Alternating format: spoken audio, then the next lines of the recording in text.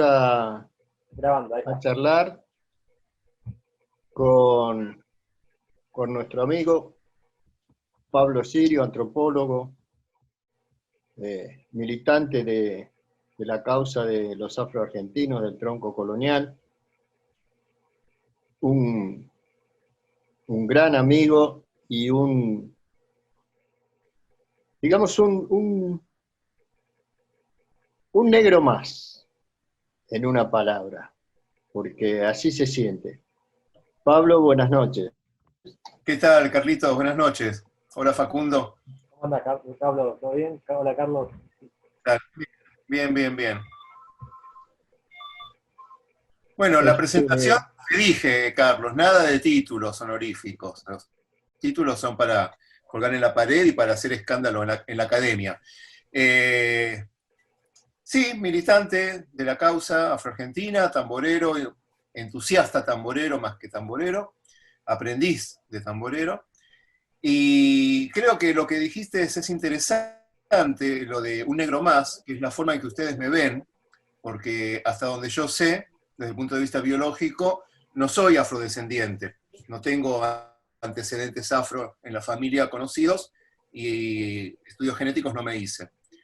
Pero es interesante que ustedes puedan percibirme, ahora que están en el tapete el tema de la autopercepción y la percepción del otro, me puedan percibir como un negro más, que es quizás la mejor forma que tenemos para entendernos, de igual a igual. Eso motiva a la reflexión desde la antropología, que es mi disciplina formativa, cómo también ustedes se autoperciben, porque a lo largo de sus vidas, en diferentes momentos, en diferentes contextos, no siempre se percibieron como negros, o como se dice ahora, afrodescendientes, o afroargentinos, entre otros términos. Eso ha ido cambiando, porque la identidad ha ido cambiando, y el contexto social, barrial, familiar, provincial, nacional, americano, internacional en general, ha ido cambiando. Esos cambios en las últimas décadas siempre fue a favor de las minorías históricamente negadas, como en este caso los afroargentinos, ¿no? Pasa lo mismo con los pueblos originarios. Entonces, a veces hay personas que en determinado momento de la vida sí se reconocen afrodescendientes, que es quizás una de las luchas más importantes de Misibamba, ¿no? Que las personas se reconozcan afrodescendientes, las que son, por supuesto. Entonces, las identidades pueden ir cambiando. Uno hoy puede decir soy blanco, mañana puede decir soy negro, pasado puede decir, no sé, soy vegetariano, pasado puede decir soy comunista. Una cosa no implica la exclusión de la otra necesariamente, y en este camino de identidades siempre es más abarcativo, o sea, no son excluyentes, quiero decir. Entonces, así como ustedes, hoy muchos de ustedes se reconocen afrodescendientes, quizás en otro momento no se reconocían, no muy lejano, o no se reconocían públicamente, para hablar con más propiedad, afrodescendientes, es interesante cómo los que no somos afrodescendientes, como es mi caso, podamos también, ya que la identidad es una puerta vaivén, percibirnos de alguna manera y ser percibidos como afrodescendientes, que en mi caso es una cuestión cultural, no biológica. Y como la cultura siempre es un bien aprendido, nadie nace en una cultura, sino que se forma en una cultura, bueno, yo creo que estoy transitando ese camino de afroargentinidad, primero por el reconocimiento de muchos de ustedes, y segundo porque lo siento así, que es la manera básica en que ustedes entienden, por ejemplo, algo tan importante como tocar el tambor o bailar. Hacé lo que sientas. Siempre dicen lo mismo como explicación, ¿no? ¿Cómo es el toque? ¿Cómo es el paso? ¿Cómo es... Vos hacé lo que sientas. Siempre esa es la explicación. Un renglón. Así que bueno, yo me siento afrodescendiente, perfectamente. por ejemplo, a lo que vos decís, yo pienso que últimamente lo que se ha logrado es la relación o la interacción entre los mayores y los jóvenes, en el hecho de identificarnos como afrodescendientes. ¿Por qué? Porque nuestros mayores, muchos de ellos en muchas familias, si no lo denotaba sus rasgos, trataban de ocultarlo. Y en muchos casos, cuando tenían los rasgos afro muy notorios, no querían hablar del tema, les dolía hablar del tema. Y los jóvenes, con su empuje ahora, nos hacen ver que ser negro es bueno, que ser negro tiene un valor muy importante en este país y en todo el mundo, ¿no? Pero en este país más, por el hecho de que el Estado nos niega. Entonces, ese empuje es lo que nos lleva a nosotros, los mayores, a poner en valor la historia de nuestros ancestros, de cómo han sido traídos a estas tierras como herramientas de trabajo, ni siquiera eran considerados personas, y hoy en día nos podemos sentir orgullosos, o nos sentimos orgullosos, de todos nuestros mayores, los que han participado en la cultura, los que han participado en las distintas batallas por nuestra independencia, en las luchas internas.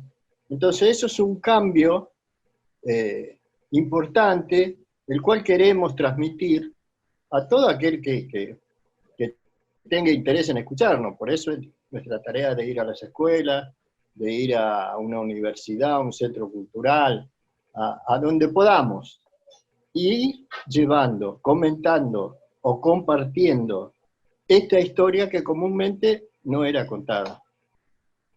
Claro. El otro día, conversando con Noemí Balbuena, por chat, en un momento me pregunta, porque no nos conocíamos prácticamente antes, ¿no? Me pregunta, bueno, después de unas cuestiones protocolares, de saludos, así, me pregunta, bueno, ¿vos sos negro? Entre nosotros, me dice. O sea, hablando como decía Lucho Aviles, el lenguaje de las hornallas.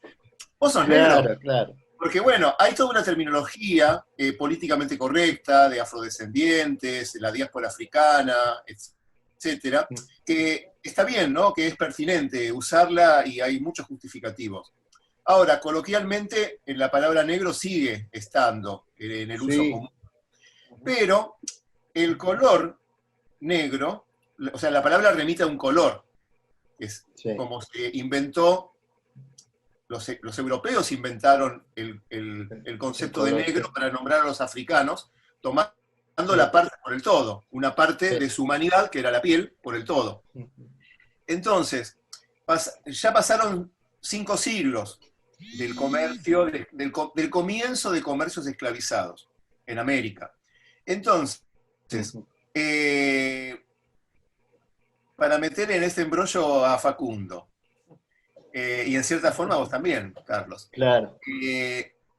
Dado que en estos 5 siglos los cruces de cama han ido en todas las direcciones del mestizaje posible, yo creo que hoy por hoy, en la afro-argentina del tronco colonial, el color negro no es preponderante.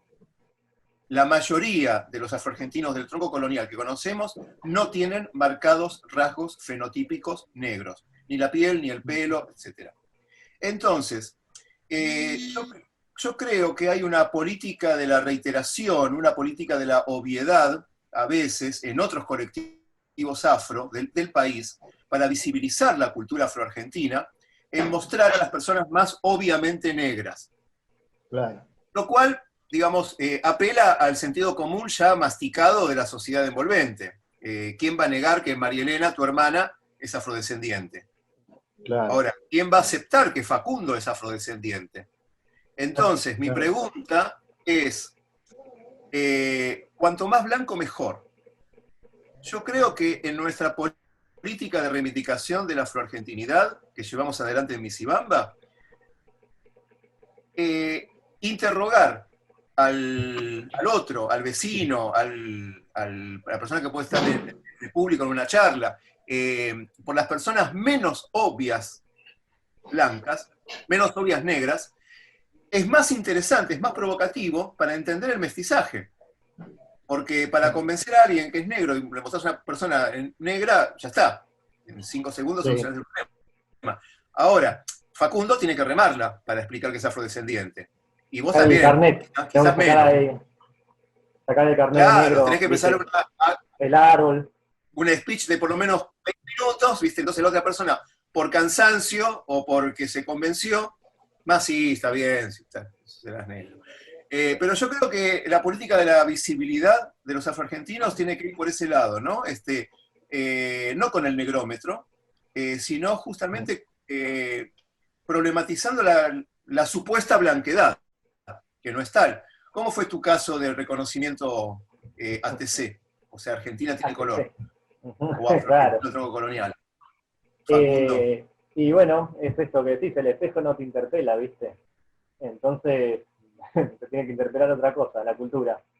Y casualmente, bueno, fue esto que decía también, y la cuestión del término, también como hecho cultural, y esta cuestión de que hablabas ahí de las distintas identidades, ¿no? Y de las posibles acepciones y cambios que tenemos con esa palabra.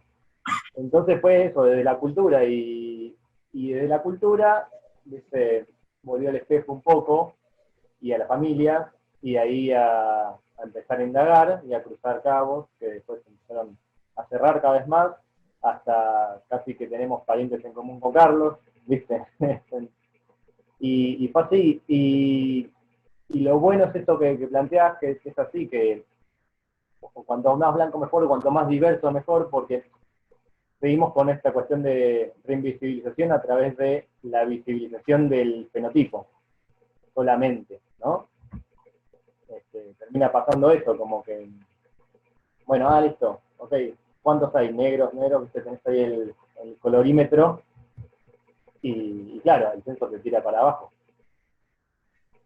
Es cierto, puede ser, yo creo que hay una gran cantidad de gente, esto que planteaba Pablo, que está en el país y que no conoce su identidad o que no conoce algunas ramas, porque también es la parte que se ocultó de la familia y la más difícil de encontrar, y casi siempre donde hay algo desconocido o no tenés datos, bueno, por ahí me parece que es. Entonces, para mí hay una gran sorpresa si se empieza a buscar por esa gente con los blancos, ponerles de vista. Carlos, bueno, un poco te cuento, la idea de esta charla también era hablar sobre la relación con Michibamba. Vos sos núcleo ahí íntimamente, entonces, qué preguntarte que no sepas o que no hayas participado con Michibamba, ¿no? Carlos, no sé si vos querías... ¿Estás ahí? Vos sabés que te escucho cortado, Facu. Sí, con ¿Sí? dificultad. ¿Se escucha cortado? Tenemos problemas ahí de No, conexión. Se escucha más o menos bien, pero la imagen está fatal. Sí. Es para parecer más negro. Bueno, hablar con Pablo. Le puse un filtro, Hablar ¿viste? con Pablo de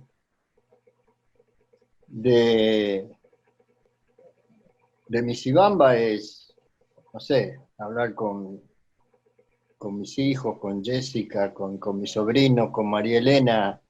Él es parte, así que él está viviendo todo esto que hacemos. Y también nos ha brindado la mayoría de la información que tenemos con respecto a temas históricos o familiares de afro, que uno estaba alejado o hacía tiempo que no los veía o que no los conocía. Pablo se tomó la molestia de cruzar la General Paz y acercarse a esas familias y tener el dato de primera mano, digamos, la versión oral y física de distintas familias afro, que es lo que nos hace rescatar y poner en valor que hay muchas familias afro, descendientes de aquellos, que todavía estamos, que no nos llevó la fiebre amarilla ni las guerras de la independencia. Y parte de esa noción que tenemos ahora se la debemos a Pablo. Su trabajo con respecto a la investigación sobre la negritud, afroargentinos del tronco colonial, es impecable, es un gran aporte para nosotros. Así que preguntarle en lo personal, claro, ¿qué experiencia tienes? Que lo diga. Lo que pasa es que todos buscamos lo mismo. Estamos buscando lo mismo desde diferentes lugares, pero con un mismo objetivo, que es conocernos mejor como sociedad. O sea, yo como antropólogo investigo la propia sociedad mía, la sociedad argentina de la cual soy parte. Entonces, mis preguntas son las mismas que las de ustedes, simplemente que desde otro lugar. Pero como buscamos lo mismo, unimos fuerzas. Entonces, el métier de la antropología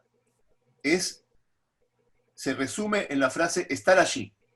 O sea, hay que estar en el lugar de los hechos. La investigación de escritorio, la antropología del revistero, la antropología online, la etnografía o todas las demás cuestiones son comodidades urbanas que tienen la profundidad de un plasma. Después esos trabajos tienen la profundidad de un plasma.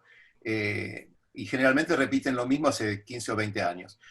Hay que buscar información nueva, información original, hay que crear información en el trabajo de campo, en la etnografía, y para eso hay que visitar los diferentes lugares del país, y ese es mi trabajo. Entonces, visitando a las familias de ustedes, como he visitado el litoral, o estoy yendo cuando puedo a otros lugares del país, trato de conversar con los que nunca fueron escuchados, porque la mayoría de lo que se escribió históricamente sobre los afrodescendientes no se habló con sus ancestros. Entonces, bueno, ¿qué se pudo haber dicho? Lo que decían 4 o 5 papeles, que son generalmente siempre los mismos. Entonces, para salir de esa retórica, hay que crear conocimiento original y hay que hablar con los que fueron silenciados por la historia con mayúscula, para poder escribirla desde otro lugar de los hechos, que es la Argentina expulsada, por decir de alguna manera, ¿no? La Argentina antinegra, que con la palabra Argentina se forma la palabra antinegra, es un interesante palíndromo de nuestro destino racista. Entonces, bueno, para mí todas las informaciones que voy documentando de las familias y el trabajo que venimos haciendo en Misibamba, de los talleres internos, el trabajo de coteorización, que es de donde salió el término afroargentino del tronco colonial, el trabajo que hemos hecho con las cascabeleras en su momento, con los grilletes, todo eso forma parte de un estudio macro de pretensiones sensoriales, de estudiar a los afroargentinos a través de los 5 sentidos, y no solamente a través de la vista, del ver negros, sea en fotos o sea en 3 dimensiones, sino, bueno, desde los otros sentidos por el cual percibimos el exterior. Y en esa lógica entendí hace unos años que así como Occidente prioriza a la vista como el órgano principal para entender al otro, de ahí las palabras imaginario, visión cultural, cosmovisión, un montón de palabras de ese tipo, ustedes, los afroargentinos, priorizan otro sentido, que es el auditivo. Entonces, a través de la audición, ustedes construyen su mundo. Por eso tanta importancia el sonido del tambor. Y tratar de escuchar, como escuchan ustedes, el tambor, lleva a un enriquecimiento de la interpretación que uno puede hacer, sin ser afrodescendiente, para no terminar en los trabajos académicos de manual, que es agarrar una hoja pentagramada y escribir el ritmo, que eso lo hace cualquiera con un poco de solfa. Ahora, ¿qué significa tocar de esa manera? Eso no está en las notas.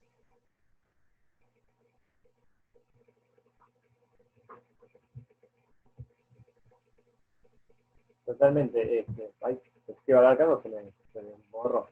Y en base a esto que plantea, bueno, hablo de mí en poco, particular y del resto de la familia, que el tambor es algo que tenemos desde chicos, desde casi nuestro nacimiento. Entonces la forma en que nosotros vivimos el tocar el tambor, el reunirnos, es algo muy, muy especial. Y es lo que nos mantiene unidos dentro de nuestras familias, es el tambor, a pesar de nuestras ocupaciones y nuestras cosas, donde hay oportunidad de reunirnos alrededor de unos tambores, ahí estamos. Y como decís vos, ya no hay, digamos, un color de piel definido. Hay pieles claras, hay ojos claros, pero es eso que llevas adentro, que es una o varias gotas de sangre de tus mayores, que es lo que te hace sentir el toque de tambor de otra manera, que no es una música, como decís vos, para escribir, es algo para sentir, es algo muy especial, y en realidad es así.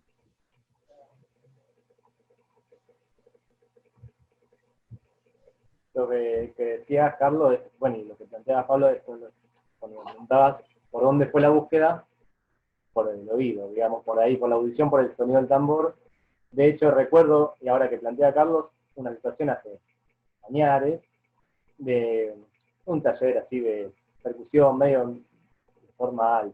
Bueno, había muchos instrumentos, ¿no? Que agarré, obviamente, una conga, un tambor, y todos, viste, le preguntaban, bueno, ¿por qué elegiste ese tambor?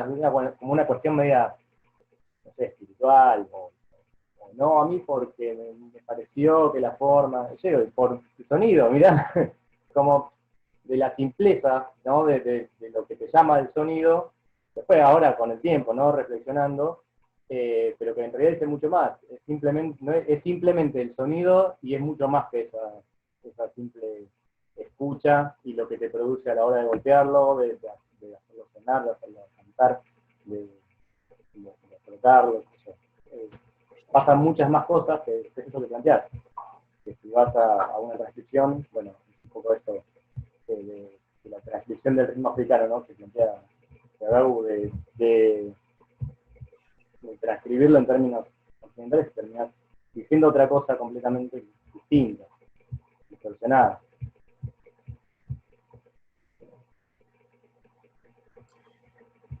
Sí, además el problema del tambor es que desde Occidente la percusión en general está inferiorizada, está considerada la menos elaborada de las maneras de hacer música, junto con la flauta dulce, ¿no? O sea, cualquiera puede tocar un tambor, porque bueno, básicamente se lo golpea y punto, ¿no? Simplemente tenés que tener cierto sentido de pulso y saber agarrar las baquetas o más o menos poner la mano. Ahora, en perspectiva afrocentrada, también cualquiera puede tocar un tambor, pero no cualquiera puede ser un tamborero. Entonces la diferencia entre percusionista y tamborero es sutil, pero es muy importante para tratar de entender a la música en su cultura, que esa es una de las definiciones básicas de qué es la musicología. Cuando uno dice, bueno, el estudio de la música, bueno, sí, pero el estudio de la música en su cultura, o sea, en sus propios términos, conceptos y valores. Entonces, si vamos a reducir la música a lo que se oye, es una visión sumamente pobre, una visión casi de conservatorio, cuando en realidad hay todo un universo cultural detrás de cada sonido que no está en el sonido, sino en el simbolismo que le dan quienes hacen ese sonido y quienes escuchan ese sonido, pero que no está en ese sonido, valga la redundancia. Y ahí es donde yo creo que los antropólogos jugamos cómodos, porque nuestro oficio es interpretar al otro. Y esa interpretación obviamente es sumamente personal y es desde un marco teórico puntual. Uno puede ir variando los marcos teóricos. En mi caso, trabajo siempre priorizando el enfoque simbolista, el simbolismo del sonido. Y ese simbolismo está en la mente de las personas que lo hacen y que lo escuchan. Y para eso, como dije antes, está la etnografía.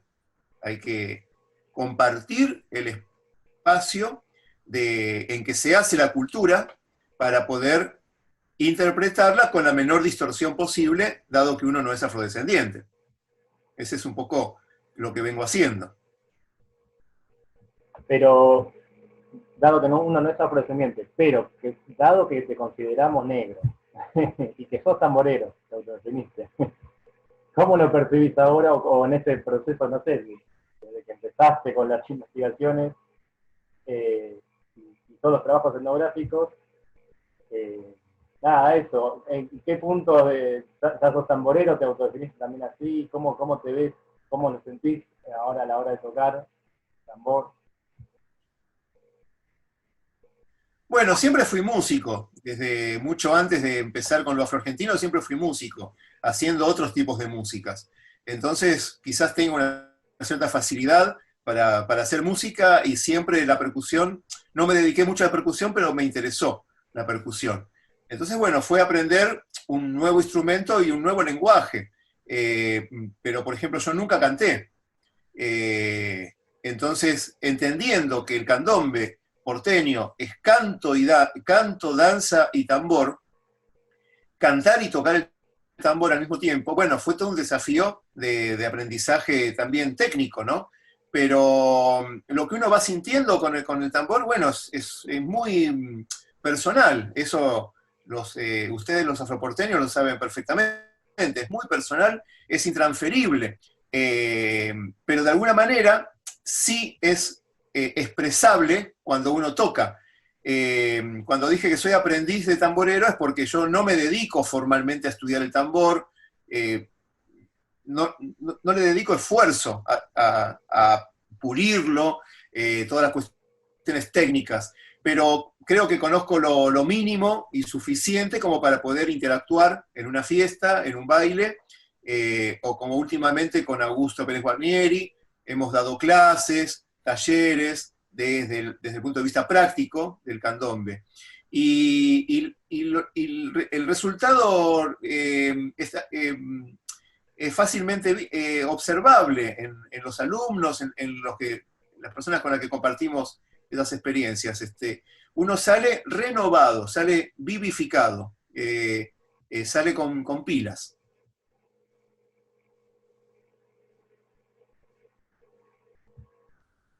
Sí, cuando uno logra expresarse por medio del tambor, es algo muy, muy vigorizante, es algo muy que te atraviesa todo el cuerpo. O sea, no es solamente que escucharlo, sino que vos le transmitís a tus manos y a ese tambor que estás tocando lo que estás sintiendo verdaderamente. Es algo increíble para mí, el toque del tambor. Y hacer lo que uno siente y poderlo transmitir y ver que los demás en parte se contagian de ese hacer lo que sienten, es buenísimo, es muy, muy, muy sano. Y eso es lo que vivimos en cada reunión que hacemos los afroporteños. Ahora también de Buenos Aires, porque, bueno, hemos sido excluidos del AMBA. Pero están en red con otras asociaciones de otras provincias, no quiero decir el interior. Claro. en otras provincias. Claro, ¿Cómo fue hemos esa? logrado eso, hemos logrado hacerlo federal, que varias provincias se nos unan y hagan sonar el tambor como lo hacían sus mayores, que posiblemente es distinto al de Buenos Aires o al de la capital, pero es lo que sintieron sus mayores, y en la forma que lo expresaban. Entonces en cada provincia puede haber un toque de tambor distinto, y, y sienten y expresan lo que, lo que viven en ese momento, en esa situación. Vos, Facundo, tuviste este año, justo antes de la cuarentena que estamos, ¿no? Pero justo llegamos a tener una experiencia interesante con otro tipo de tambor en otra realidad cultural afroargentina. ¿Querés contar? Sí, sí, ahí en Empedrado, en Corrientes, viviendo, perdón, que mientras tanto ya se nos está por acabar ahí el tiempo, así que sí, no, y realmente impactante, o sea, lo había visto teóricamente, como quien dice, ¿no? Pero bueno, esto que planteabas, en la profundidad del plasma, no más que eso. Y no, estar ahí, ver el bombo, el tambor para la fiesta de San Baltasar en Empedrado, escucharlo, bueno, ahí escuchándote cantar, en esto que planteabas también, mueve cosas, y mueve pensamientos, sentimientos, todo. Esto que contaba Carlos, como que si bien en cada lugar los toques pueden ser distintos, pero creo que los sentimientos van, o la conexión va por el mismo lado. Entonces, bueno, un poco la experiencia que habíamos pasado ahí en Empedrado, charlando con la gente de la capilla, que capaz que los ves esto, como muy distintos en la cotidianeidad, pero en lo profundo sintiendo lo mismo, ¿no? Nada, sí, súper movilizador. Bueno, ahí perdón, les tengo que decir, el tiempo es tirano y se nos está acabando. Así que, nada, podemos hablar horas. Si quieren hacemos 2 Zoom más. Por mí.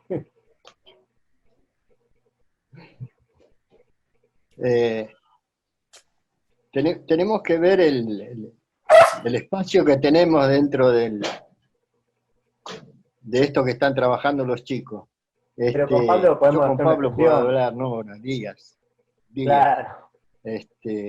Sí, podemos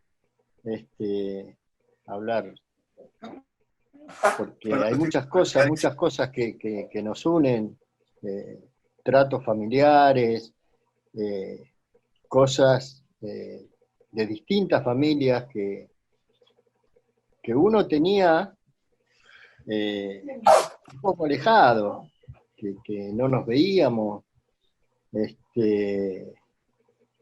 Hay personas que yo las vi de chico, las conocí por intermedio de mi mamá, y las volví a reencontrar por intermedio de Pablo. Entonces esas cosas te llegan, te calan profundo y te das cuenta que las cosas se hacen de buena fe, desde el corazón. Entonces te alegra, te halaga que alguien se preocupe por poner en valor todo esto que estamos tratando de hacer, que la inclusión en la historia, básicamente, que el Estado, el resto de la sociedad reconozca que hay un aporte muy importante de la cultura afro, también de los pueblos originarios, pero de la cultura afro, que ha participado en la construcción, digamos, de esta nación. Y que te nieguen, te ninguneen, te discriminen, es triste. Por eso es que, como dije antes, esta unión de los mayores con la fuerza de los jóvenes y el decir, bueno, basta, me duele me duele el pasado de mis mayores, pero se los quiero compartir a ellos, a los más jóvenes, para que se sientan orgullosos de aquellos. Sufrieron, pero se sintieron parte de este país y acá estamos. Y por ejemplo, con Pablo podemos estar hablando, charlando, no solo ahora, día. ¿Por qué? Porque él ha permitido que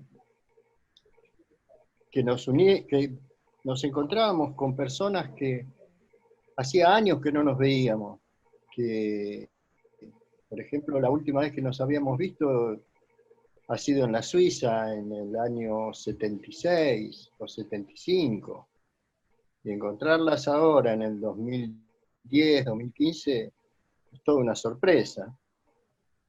Por ejemplo, había una señora chimbela que era amiga de, la madre de ella era amiga de mi mamá. Y hacía, no te quiero exagerar, pero unos 60 años que no la veía. Encontrarla por intermedio de Pablo cuando fuimos a un centro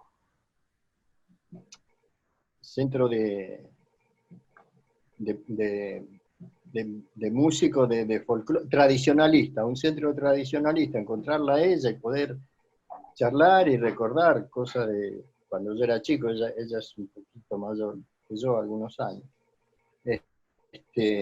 Son cosas que te emocionan, que no están, viste, en lo cotidiano. En lo cotidiano es mi familia, mis primos, mis hermanos, mis sobrinos, pero encontrarme con gente que yo iba a la Suiza y era chico y eran personas importantes o conocidas en la Suiza, caramba, te trae unos recuerdos que te hacen volver a vivir tu infancia o esos momentos alegres.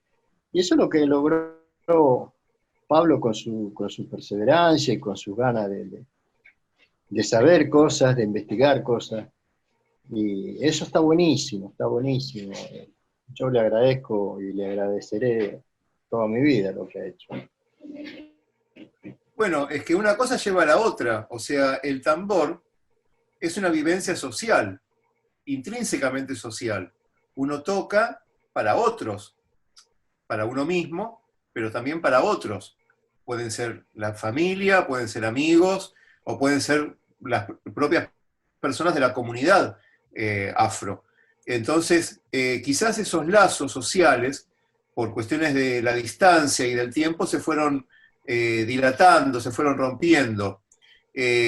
Quizás, como un derivado de mi trabajo, se han ido recomponiendo esos lazos sociales, volviendo a conectar algunas familias que estuvieron conectadas en otro momento, generalmente por el tema de la Casa Suiza, ¿no? Del Jimmy Club. Pero ahí tiene que ver justamente, digamos, sería un fruto deseado de lo que es esta antropología militante, esta antropología no objetiva, esta antropología parcial y esta antropología comprometida, porque uno estudia un tema que es sensible, no está investigando cómo crecen los eucaliptus o qué pasa con Saturno. Uno está estudiando un tema terriblemente conflictivo, lacerante, doloroso, con todos los sinsabores que ello tiene. Entonces, el objetivo de uno, como investigador, no es saber, publicar, y con eso vivir y tener un buen currículum, sino poner al servicio de la comunidad un conocimiento para que esa comunidad esté mejor, porque ha sido históricamente castigada, desnivelada, extranjerizada, negada. Entonces, bueno, esa es la función máxima que anhelo como antropólogo. Por eso me declaro que no soy objetivo en mi estudio, de ninguna manera. Yo tomo partido, y ese partido es por los afroargentinos.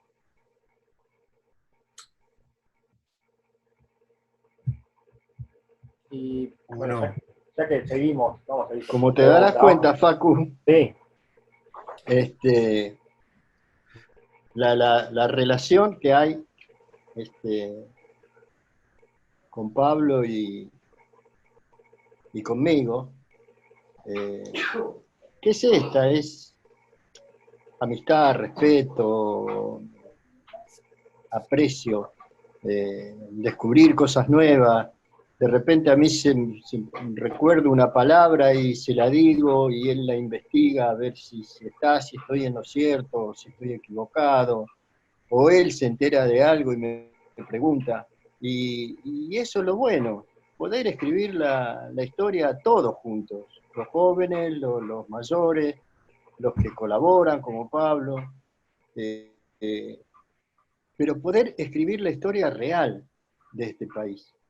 Eh, entonces eso es lo que hace que uno quiera seguir en esto, quiera seguir en este descubrir día a día el aporte que han hecho nuestros mayores. Por ejemplo, Pablo ha encontrado a un cocinero que escribió un libro de comida y que, bueno, como eso, cosas increíbles. A Jorge But, mira, que ya que lo citaste al cocinero, comento, me escribieron el otro día de la Municipalidad de Tigre, porque por el tema del 8 de noviembre querían hacer, desde la Secretaría de Cultura de Tigre, querían hacer un posteo sobre la temática afro, pero de alguna forma vinculado con Tigre, que tenga que ver el partido de Tigre. Entonces, bueno, me contactaron para ver si había alguna información de afro ahí interesante como para postear. Y conté la historia de justamente del cocinero Antonio Gonzaga, porque Antonio Gonzaga nació en Corrientes, pero emigró de muy chico al Tigre. Ahí trabajó como mucamo. Ya en el censo de 1895 figura trabajando ahí como mucamo y cocinero. Entonces, la historia de ese cocinero, que además son 4 generaciones de cocineros de la más alta cocina argentina, los Gonzaga, su padre, él, su hijo y su nieto, que fue cocinero en Mar del Plata, murió hace poquitos años, la conté vinculado con Tigre, porque además Antonio Gonzaga, que escribió 8, entre folletos y libros, 8 publicaciones con recetarios, era un gran inventor de salsas. Le gustaba mucho inventar salsas. Y le ponía nombres de fantasía, ¿no? Y una de las salsas es la salsa Tigre, justamente porque él vivía en el Tigre. Por supuesto, la gente de Tigre con la que me contacté desconocía totalmente esta historia. Le encantó, le hice un textito de una carilla, mandé una foto. Antonio Gonzaga y la salsa Tigre, porque además Antonio Gonzaga fue el primer cocinero argentino que incluyó el asado en los recetarios de cocina, incluso el de las achuras, la típica comida de los afro, y sus salsas, y además incluyó la mazamorra e incluyó el chipá. Y él era cocinero del Congreso de la Nación, era cocinero de las más distinguidas familias del momento, del crucero Patria, estuvo en el diferendo con Bolivia por Tarija cuando se resolvió una cuestión de límites, siendo cocinero, fue cocinero de Roca. Entonces, la lección que yo extraje de todo ese currículum es que siendo un cocinero afroargentino, que incluyó las achuras, que incluyó esas salsas, que vaya a saber si no serían una herencia africana que les cambiaba el nombre para hacerlas más digeribles, y les daba de comer a la gente de copete, les daba de comer lo que comían las clases menos acomodadas, como se nombraban a sí mismos los afroporteños en sus periódicos, los miembros de las clases menos acomodadas.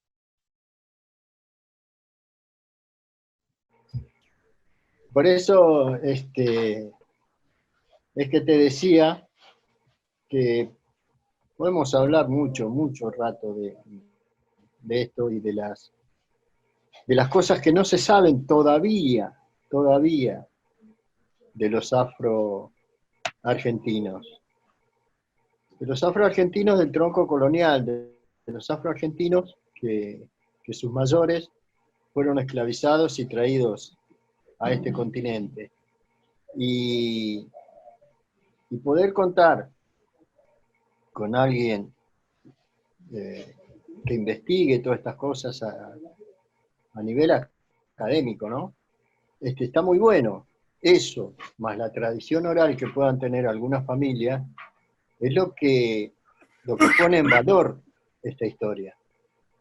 Así que yo, Facu, encantadísimo, encantadísimo de poder charlar con Pablo y con vos, y bueno, todo esto que vos te has perdido durante tu infancia, bueno, pero que ahora lo descubriste y con mucha fuerza y con muchas ganas. Pero vos sabés que en esto que decís, y relacionado a lo que hablaba de Pablo, ¿viste? De como gente que busca gente, digamos, que unía, ¿no? Con personas de hace tanto tiempo. Yo me vi el año pasado tocando ahí, bueno, con Pablo mismo, también tocando el tambor, con ustedes, ¿viste? Cantando, y me puse ahí como un flash en la cabeza y pensando, yo, pará, esto lo estaba haciendo mi abuela, estando tocando ella bailando, hace 60 años, con las mismas familias, cantando las mismas canciones, ¿viste? Entonces, sí, hay quizás unas generaciones que se transmitió o que en una parte, ponerle, no se transmitió esa parte cultural, ¿no? No quiero decir que no todo, pero ese vínculo estuvo y se volvió a formar, ¿viste? O mejor dicho, como que siempre estuvo y se volvió a acercar un poquito más. Sí.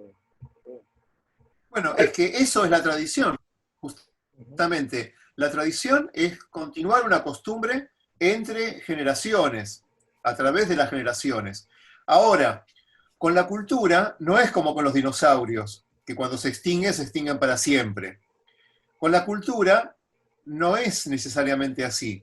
Puede prácticamente desaparecer o puede desaparecer de la escena pública, que no es lo mismo, puede ser retomada por otra generación y lo más interesante es que puede ser reinventada.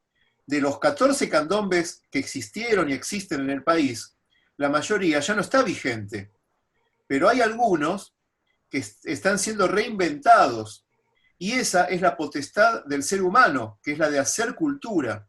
Entonces, muchas veces, los estudios de folclore, por ejemplo, pusieron mucho énfasis en la preservación, en la mantención de prácticas de una generación a otra y en lo posible de modo inalterable y en forma oral. Pero en realidad, también, de forma paralela, las personas pueden reinventar esa cultura, porque en definitiva es lo que hicieron los antiguos africanos obligados a vivir en América, que llegaron desnudos, pero trajeron pautas culturales que recrearon aquí esa cultura africana como pudieron, en las situaciones como pudieron, con los elementos que tenían a mano, y ellos reinventaron la cultura africana en América, la cultura afroamericana.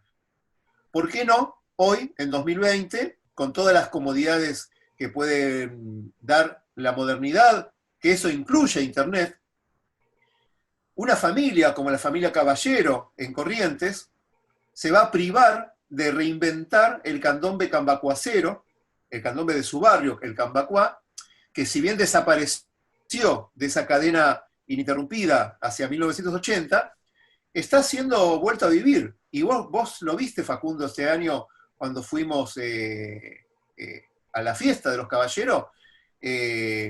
Hasta yo me quedé sin palabras, porque vi en estos últimos 20 años una fiesta que eran ellos 4, después eran 6, después eran 8, pero nunca pasaba más de un pequeño núcleo de amigos.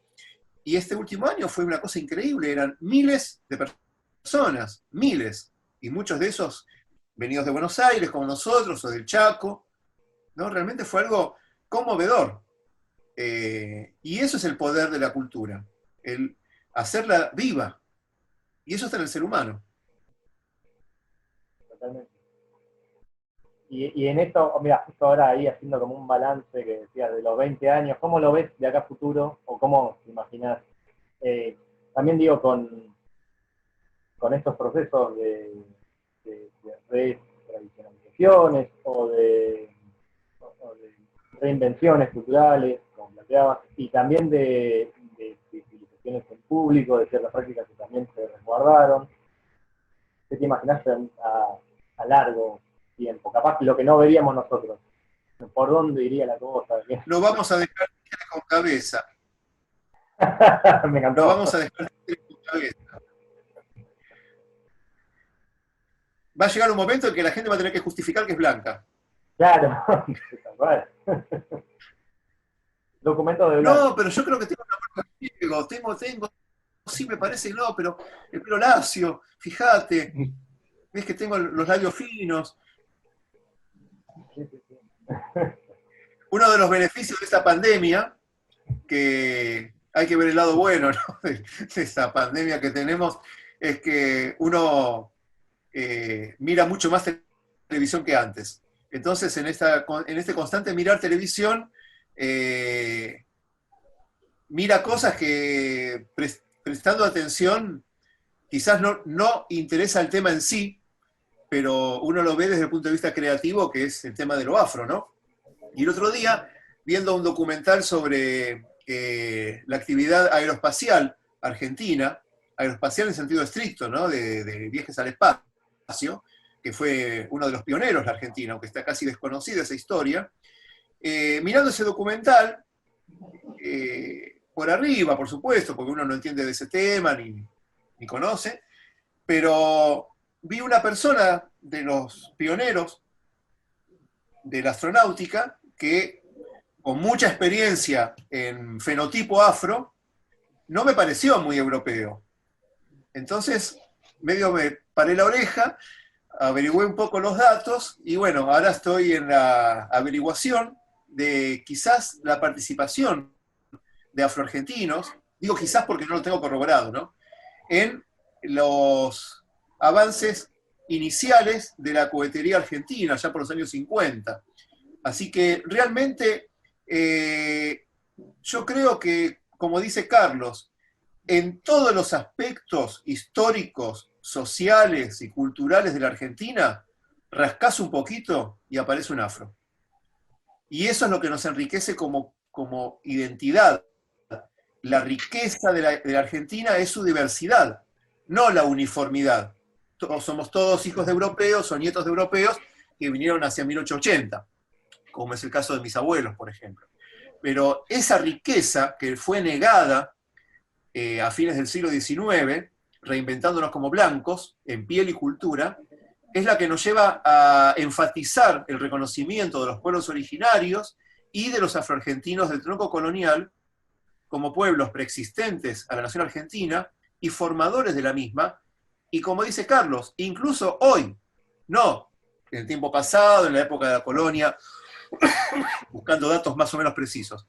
Hoy en día, toda esa gente sigue viva en sus descendientes, como de Gonzaga sigue viva la familia. Bueno, eso me ponía a pensar cuando te preguntaban del Tigre, y pensaba, digo, ¿cuánta gente afrodescendiente debe haber en el Tigre que no sabe la misma gente que te preguntó por qué? ¿Habrá algún afrodescendiente, alguna historia por ahí? ¿No? ¿En cuántos territorios? Bueno, Carlos, vos tenés un pariente en el Tigre. Claro. Contá de Hugo. Hugo vive en Tigre. Claro, en Benavides. Claro. Hugo Yanane. Claro, por eso no hay que ir a la historia Sí, pasada o a un hito así, lo tenés más cerca de lo que pensás. El tema es como dice Pablo, seguimos rascando y vas a tener que presentar documentos a ver si sos todo blanco. Es así. Es así, es el mestizaje del continente americano.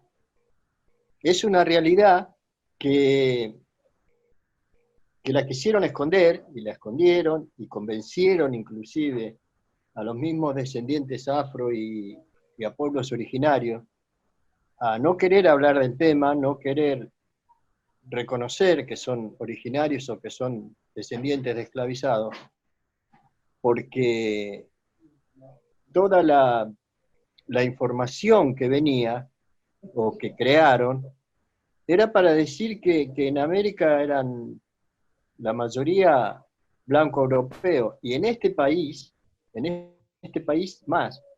Este país es, digamos, una sucursal de Europa, se decía, y no es así. Este país tiene una culturalidad, no me expreso bien, que nos unifica con originarios, con africanos, con europeos, y es eso lo que nos da el valor que hoy tenemos. Pero lamentablemente todavía continuamos insistiendo en mirar más hacia afuera que hacia adentro, y dejar de lado nuestros valores, nuestra riqueza cultural, nuestra historia, nuestra arquitectura, la riqueza de nuestras tierras, y hay que hacer un cambio. Es necesario. Por eso, con la ayuda de los jóvenes, vamos a reivindicar a nuestros mayores.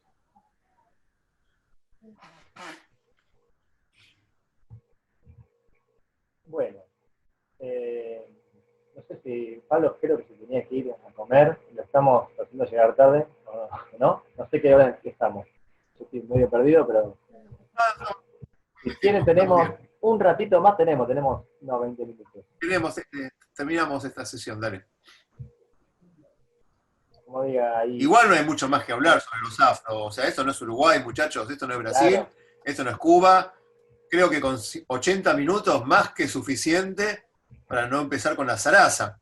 Aparte, si quieren, ¿cuántos libros hay? 2 o 3 libros, aunque tengas un par de libros de la colonia. Más que suficiente. Sí. Ya está. Ya está.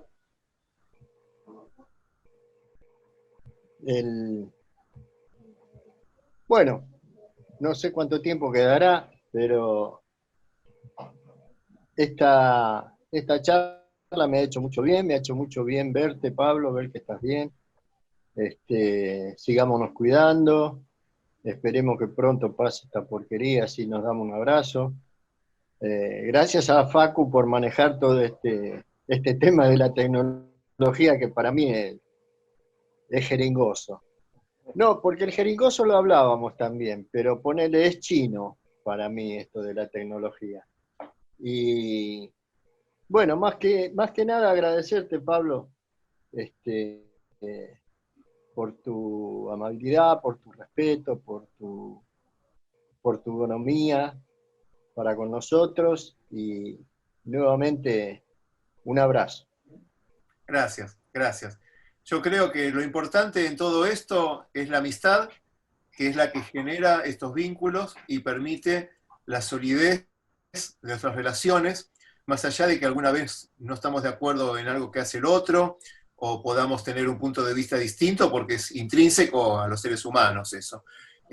O equivocaciones que uno comete, como puede cometer cualquiera. Pero estamos juntos en un mismo camino, que es un viaje de ida. Es muy económico el viaje afro, porque no hay que sacar boleto de ida y vuelta. En ese sentido es práctico.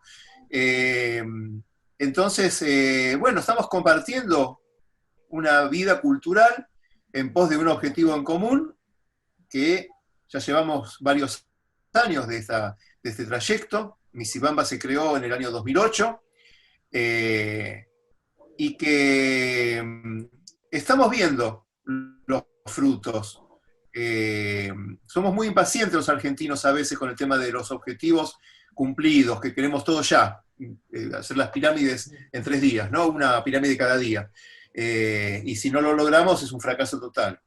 Pero estas cosas son tranquilas, son a fuego lento, con la metáfora del caracol, que es una de las metáforas de la cultura africana, que se va lento pero despacio, y estamos viendo los cambios. Capaz que uno, porque como está todo el día con el tema, quizás no los valora tanto o no le parece tan importantes, pero en realidad, si uno mira para atrás, como estaba este panorama hace 10 años o menos, no, hay cambios muy, muy sustantivos.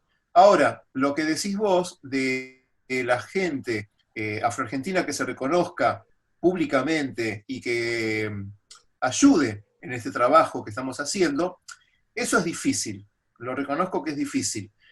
Y se está logrando.